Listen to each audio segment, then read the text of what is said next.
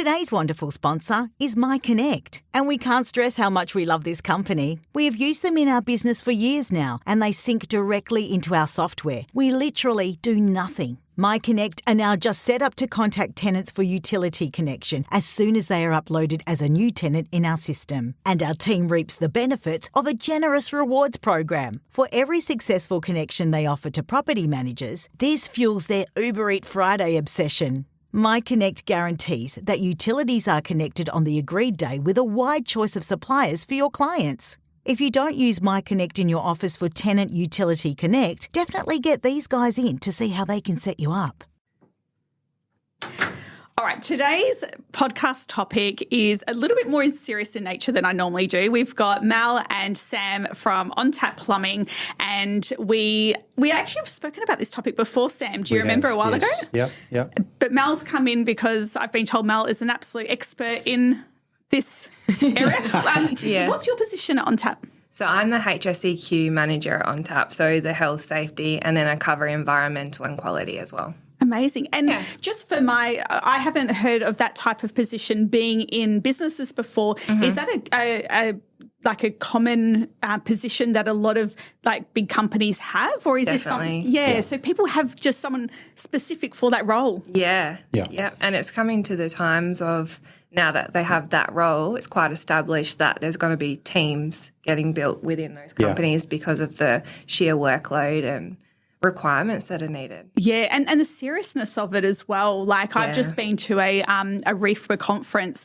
and it was a lot about the work safety laws, and it is very, very serious. And I just don't think that property managers have really I don't think they still understand the seriousness of these things. Are you finding that general consensus as well? Yeah, I'd say so. I think even when we touched on last time, it was, the concern we had that it was perhaps going to take some sort of incident for people to wake up and realise, we need to be doing something about it. So it's great that we're here now talking about it, because I think it's good to just give people a bit more insight into, just sort of not being aware, or just sort of, that naivety doesn't actually fly anymore, which is the thing. You can't just pass it on, this person should know that, I thought they knew what they were doing. You actually have to have proven and taken steps to demonstrate that a contractor knows what they're doing it safely, all that sort of thing. So. And I could be wrong in this, so don't come for me if I have got this wrong,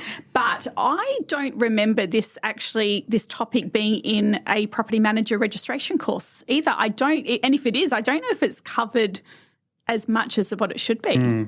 I wouldn't know that, but I definitely think a big part of that. I know it's hard because property managers are expected to be so many things, and this is just yet another thing to be a somewhat expert on.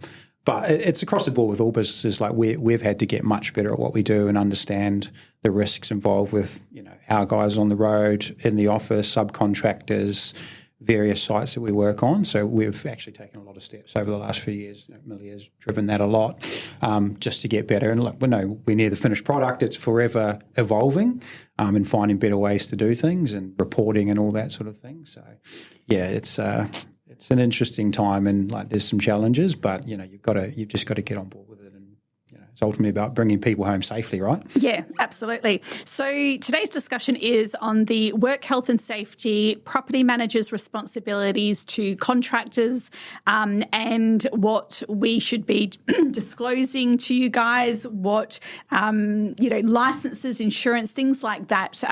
I will be honest, I use you guys, and I use you guys because you are what I call a corporate company, as in you're not the retired plumber. You know what I mean? You're not that small-time person. So I feel like there's a lot of safety in that, but there definitely has been times and a lot of pressure that property managers have where they have owners that are just driven by price and really just fighting for the cheapest price.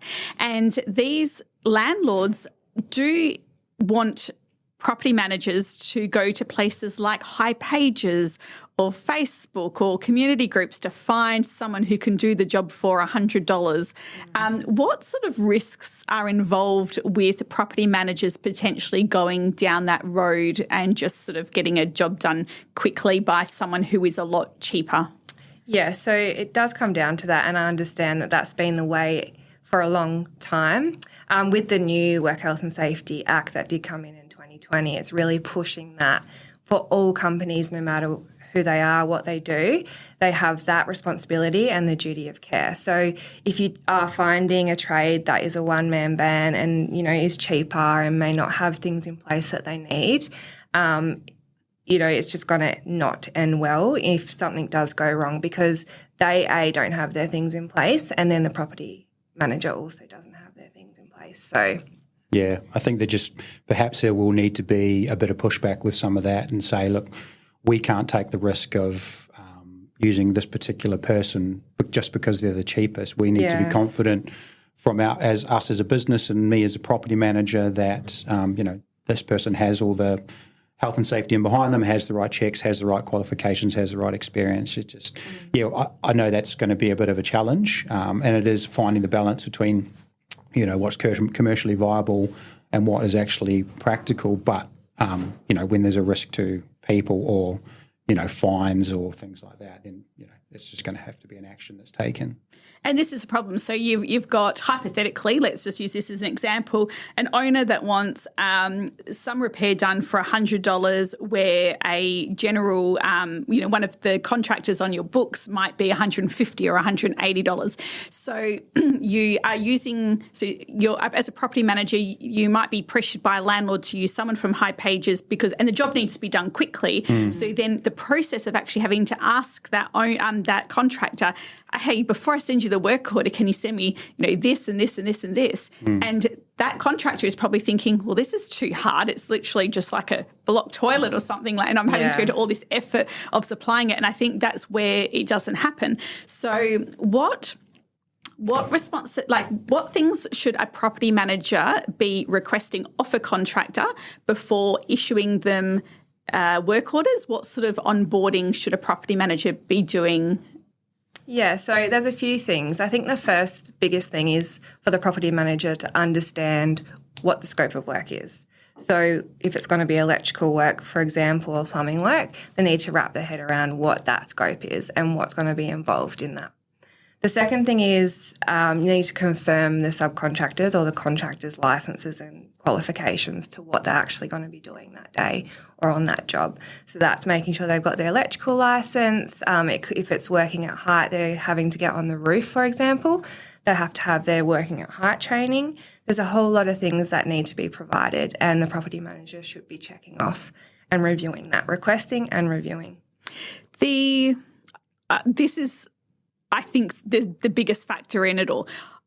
What if a property manager doesn't know what licenses you need? Hypothetically, as a plumber, I don't know what licenses you might need. I don't think you need a working with heights check, but I'm sure that you probably do. Now I think about it, there's probably gas pipes in a roof space sometimes, or hot water pipes there. So you maybe, I don't know. I mean, and I actually wouldn't even know if getting into a roof space is working at heights or is working at heights on the outside of the roof. That's right. Well, I think the time is now that you have to know. There's no excuse. That's with the new legislation. You have to go out of your way to find out, again, what the scope of work is and what's required. And I find that property managers can seek the help of companies like us. You can ask the question, because we are the ones that, are providing this every day to clients. So if you're ever unsure and you've done your own research and you still are finding that there's gaps in your knowledge, reach out to the companies that are doing the work. Yeah, because that was my next question. Who do you reach out to? So, and that makes sense. So you go to a company that's reputable, so a larger company like yourself, and find out, can you, it's like me saying, guys, can you please send me through your licenses and your insurance that you have? And then I would use that as a bit of a base for my other plumbers on my books as well, and just making sure that they also provide the same. Yeah. That's right. Yeah, because a lot of the commercial clients that we deal with ask for a lot more information. So a lot of companies out there will already be doing this. It's just a matter of, perhaps in that residential space asking a few more questions and just getting a bit more clarification on, because you ask for a plumbing license, you trust that the person knows how to do plumbing work, right? But that's only one part of the risk involved in doing a job. So they're having their health and safety systems and procedures in behind that, you probably need to request some of that type of stuff as well. So it's not just a straight license, but more like, what do you guys do to mitigate risks when you're on site, and just a bit of evidence and proof around that, and how you're keeping you guys safe, or what steps you're taking to remove hazards, high risks, whatever it may be. So there will be a bit more involved, right? Yeah. And then we currently are using Tappy, which is fantastic because that system allows us to upload all the compliance and the insurance. And before we send a work order, it actually, will say, yes, you've got it, you've got active policies in place, or if something's expired, it will tell us before we actually send the work order, which is great. Yeah. I haven't seen any other systems do that though. So I guess this is just a notice to property managers that if you don't use a system like Tappy that records it all, then you would need to have a system where I would recommend one person in the office is responsible for onboarding new trades, making sure they've got all their information, and then following up with the renewals on a regular basis. Like, that would probably be what I would recommend. I don't know if you guys have seen any other systems in place. No, not in the resi space, because look, as we've said, I don't think people are as proactive about this just yet as perhaps they should be. So, yeah, maybe it's not quite there. It might be in some systems that we don't know about, or it's a function that's just not being used. But, yeah, it's certainly something that's going to need to happen, because I think the risk is, like as an example, if someone goes to fix something on a roof, they fall off, there's, someone gets hurt or whatever it is. If the property manager, let's say, hasn't clarified if that person has working at heights training or anything like that, there is risks of fines and further issues coming from that, right? Yeah, definitely. Yeah. So it's that whole part of there's going to be penalties if there's any gross negligence, and part of that, if you're not doing your own risk assessment as a property manager, even before any work's done, you're not identifying what hazards are on site that can be prevented before sending trades there. Such a morbid topic, isn't it? I know. Like, yeah. But it's one that needs to be spoken about, a lot more often. Just more, if anything, just like a reminder, a trigger, you need to get it done. Sam, you mentioned a bit about the commercial, how a lot of this is quite standard in commercial, but not as much residential. I mean, there's really no difference. So the commercial space, this is completely normal. Yeah, for a large part, I'd say. Like, if, there's site inductions you need to do, they're asking for SWIMs or guys' licenses. What SWIMs? Safe Work Method Statement. So it is a risk assessment, and it is used for more so high-risk tasks that the legislation determine, but it is the same as a job safety analysis, so a JSA. I don't know if you've heard of that before either. You're using very big words for me. Oh, God, yeah. So it breaks down the task into different steps, and then what hazards are involved in each of those steps, and then you do a risk rating, so then you can put controls in place for each part to make sure that that's safe to continue on with that particular job. Yeah. Wow. There's so much in depth to know. Yeah. Wow. Okay, so let's go now. We've set up, we've done an induction for a tradie. We've got all their licenses. We're recording them correctly in our office, and we go send out a work order. Now, there's going to be risks and information that a property manager knows before issuing that work order. Yeah. Do you find that as property managers, do we do a good job in letting you know about a lot of risks, or is there something that you're finding quite common that we're not letting you know about before going to a property? I think the more detail, the better in a work order for us. So for On Tap, if we get a work order in, we will make sure that any of those those notes on the work order are put into our task notes. So if a tradie goes to site, they can real time see, okay, they've listed these hazards, this is the work that we're doing, so more information the better. So if you've done that risk assessment as a property manager for that house, then you will document them on that work order. So then the more communication again is better. So so things like, and I mean, am I on the right track? We're talking about if there's asbestos in the property. Yep. If a property manager doesn't know there's asbestos, I mean, they wouldn't be telling you, but I'm sure that you would notice as well in most cases. Yeah, there's going to be things that may not have been picked up, like asbestos, and then if we have a technician that does go to site and and finds that, then that's where they have the empowerment to stop work and they can report it to the property manager, and then that's something that you can document. Great. Yeah. Tenant behaviour, like if we, and I've got a few where they're a little bit of a problem, I haven't had a situation where they're necessarily like it's a dangerous tenant at all, but if there's been a situation where they're just a little bit nutty, for example, might have been you guys that we sent out to a property and there was a naked tenant. An older lady, do you remember a long time ago? About this. I'm not sure if it was us, but I'm pretty sure it was you guys. I'm positive it was you. It might be. And it was, and we didn't know she had this behaviour. Older lady, well in her 60s, if not older, she would approach the door naked and go, "Oh, I didn't know you guys were coming along." She didn't know you were coming along. Yeah. I mean, is that type of information like important? Like, and how does that change your process on your end? Would you send 2 people instead of 1, or like, what does that look like? It's absolutely important. Yeah. It's just treated like any other hazard on a site, whether, it's the same as how we're going to control working at heights, is if we know that there's a difficult tenant or, something that we need to be mindful of, we will put things in place. There may be 2 technician sent to the job, or even it could be as simple as letting the technician know, hey, this is the case, and then make sure that they're comfortable and they're not taken by surprise. So we would just treat it like another hazard of any other kind. Just send out the single over 40. I'm joking, people. It's just a joke. You don't send out the young person. And then common like on-site risks would, like we said, asbestos, like things like it could be like dodgy even stairs or something. Structural. If you notice there's any electrical structural wiring, issues, like concerns around that, anything like that. That's if it's an older property, there's chances are there's going to be more hazards, right? It's just if it hasn't, or if it's something you've taken over recently, hasn't been maintained well, or whatever it may be, just sort of flagging some of those things and just say, hey, there's a risk here. We've noticed this. We're not sure if the wiring's safe. We're not. We're not sure if there's asbestos on site, various things. So we can make notes of that and let our guys know. So at least they're perhaps doing a bit more detailed review before the commencing work as well, just to ensure that. And then we can obviously report back on that type of thing. And then that's for a property manager. They can log that sort of information against the property. So going forward, any other contractors, you can provide that information to them. So people. Stay with us. We'll be right back.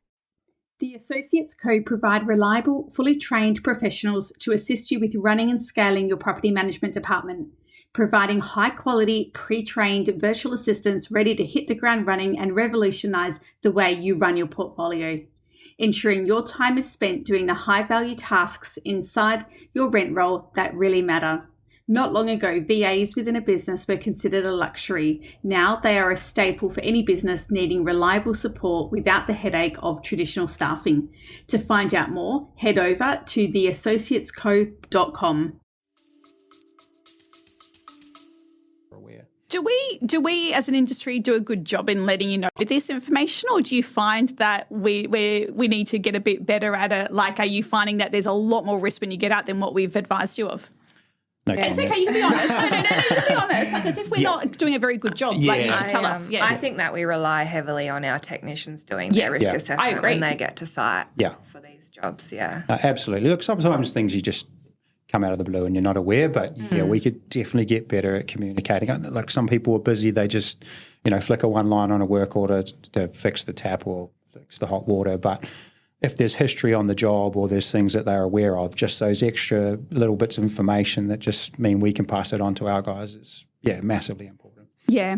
I mean, I don't think this really happens, but it's just the first thing that crossed my mind is that sometimes if we have a problem tenant, for example, we're probably very hesitant to want to write it down because we're just worried about what if the tenant accidentally sees that? What if that work order accidentally gets sent to the tenant? I mean, I know that with the programs it sort of says it's just for contractors, but sometimes you just don't trust that. And you'd hate for that to come out. It could be a little minor reason for some people, but I agree. I don't think we do a good enough job of passing that information on. But I think one of the reasons why we don't is then it comes back down to property managers knowing their property. And really what happens is they have a leasing consultant do the viewings and the home opens.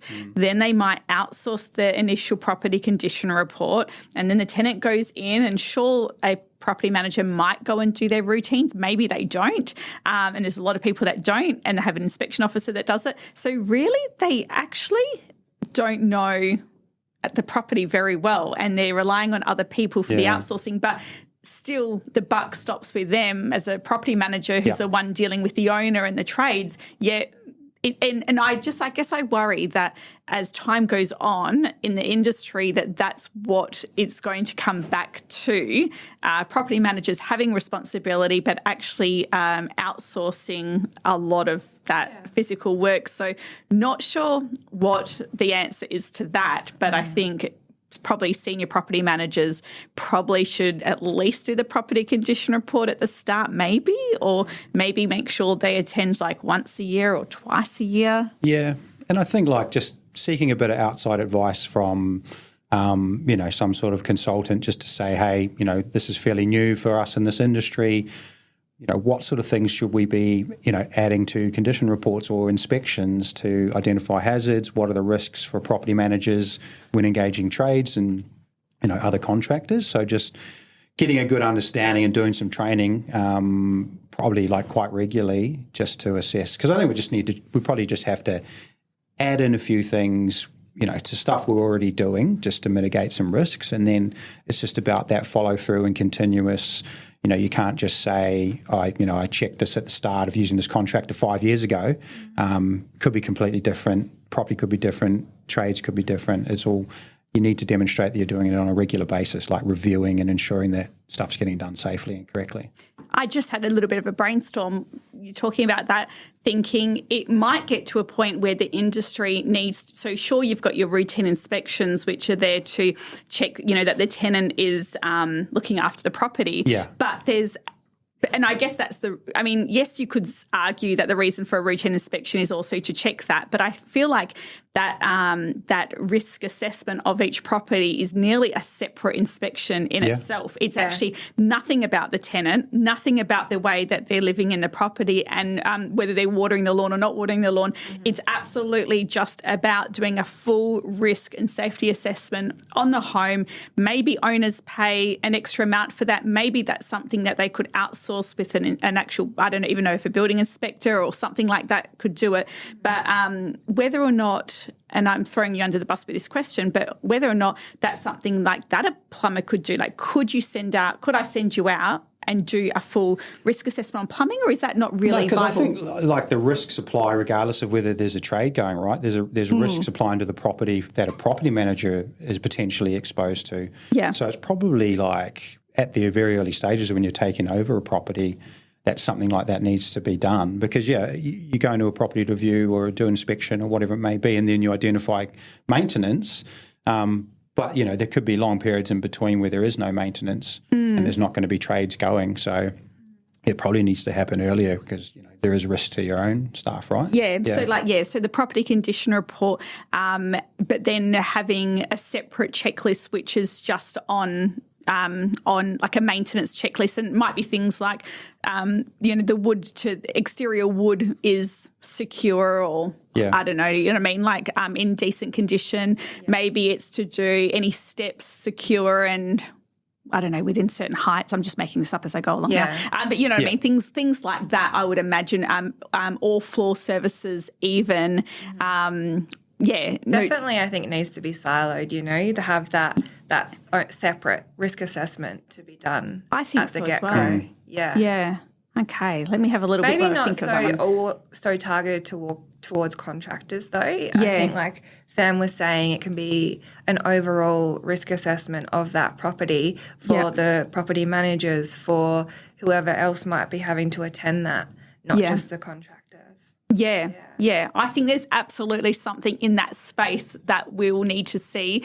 And like you guys have said, it's unfortunate that it's probably going to take a incident for these systems to sometimes be taken a little bit more seriously. Well, in something like that, just that one compliance check, for example, we tend to only action things that are a pain point at the moment, and it should be taken seriously. I just don't think we talk about it enough to understand, and property managers don't understand the actual the monetary risk involved as well. So I don't know, I'm putting you under the bus again with this question, but do you have some examples of what like fines and stuff, like what they roughly look like if we don't comply?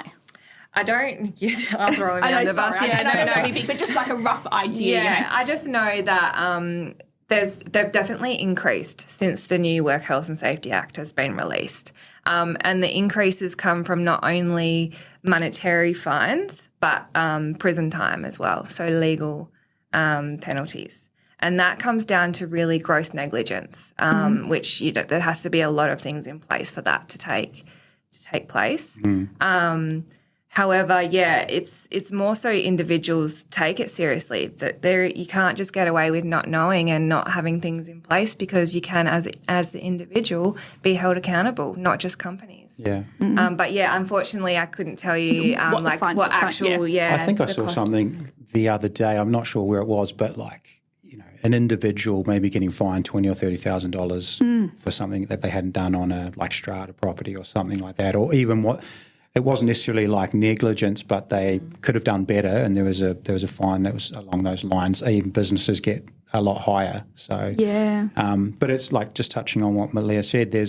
So even for us in our business, we can't just defer to Malia and say, well, that's her area of expertise and her responsibility. Us as owners of businesses have to actually be well aware and well across it and take responsibility for a lot of that stuff. You can't just say, I've got a health and safety department that looks after that for me. If something goes wrong there, that's on them. It's like, no, that doesn't fly anymore.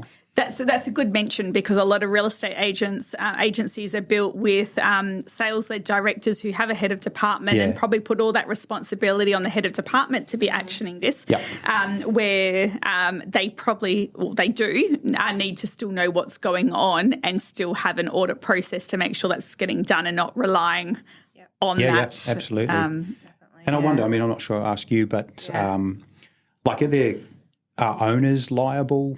Potentially? Yes. Yep. Because that could be a driving factor, right, for helping improving things. If owners of properties potentially are liable if things aren't done right, or if there are risks, that's where it kind of needs to start too. That helps the property manager, do their job better if an owner's more on board with using a contractor that's maybe not the cheapest but does it safely, or a property management department that takes extra steps to improve safety or do things better, which perhaps means their costs are slightly higher. But if there's a risk to you as an owner, then you're probably not necessarily going to go for the cheapest contractor and property manager, because if you do, there is risks there for you and you personally. So maybe that's a way of helping to kind of improve things within the industry is, an owner going, well, look, there's a cost difference here, but there's a massive risk if I go with these people as opposed to Soco, for example, then I'm going to go down that path because that's a lot safer for me. Yeah, and I like that, because that's another idea that business owners could have, or BDMs could have with new business. Imagine providing, going in for a new management and then having some sort of tradie handbook or checklist where you say to a new owner, here's our list of contractors that we use, and you have your list of contractors with their licenses and their insurance information. And so even though it's not relevant to them right then and there, the fact that you've got that book and you've got all the license that's required, and then you have that as part of your owner induction process to say, here are the trades we use, so if something comes up, these are the ones. If you have your own trade that you want to use, this is what you need to make sure that you've got, and we need to put it on record, and you sort of maybe try and get that record keeping at the start, so that when the item comes up and it is quite urgent, because plumbing and electrical tends to be urgent most of the time, then it's already in place, or you've at least had those discussions discussions with the owners before, but it's going to make you look like a very thorough, competent property manager, like you said. I see it as a strong selling point for us as a business as well. If you're really proactive and leading the way with this type of thing, I think that's a strong case for you as a business. So it could be the same for property management. Like if you're demonstrating to an owner when you're signing them up, look, these are potential risks. I want to make you aware. This is how we mitigate them. That is a compelling case for, okay, these guys are very professional. They seem to be leading the way. I'm going to go with them because I feel more confident. And when you're against like 3 other business owners or 3 other BDMs and you're the one that's provided that information, the others, I can tell you right now, haven't, you're going to stand out. Yeah. There was a couple of good little gold nuggets in today's session for people to implement and stand out. So I appreciate your time coming in. I know it's a little bit of a morbid topic, but one that's very important, keeping the conversations going. Yeah. If you're in Perth, on-tap plumbing are the preferable plumbers to use. As you can see, you guys have got it all covered. So you guys do a great job, I know, in our office. And yeah, really good just to have those conversations. So if anyone has any questions, I'll speak on behalf of you guys that you guys would be happy for them to reach out, maybe even come into the office and have that chat with the team about, about those insurances and compliance and maybe some risks and things like that. I think would be super handy for those that want a bit of team training. Yep. I don't know if you do that or not, but I've just offered it. We're more than happy to help out.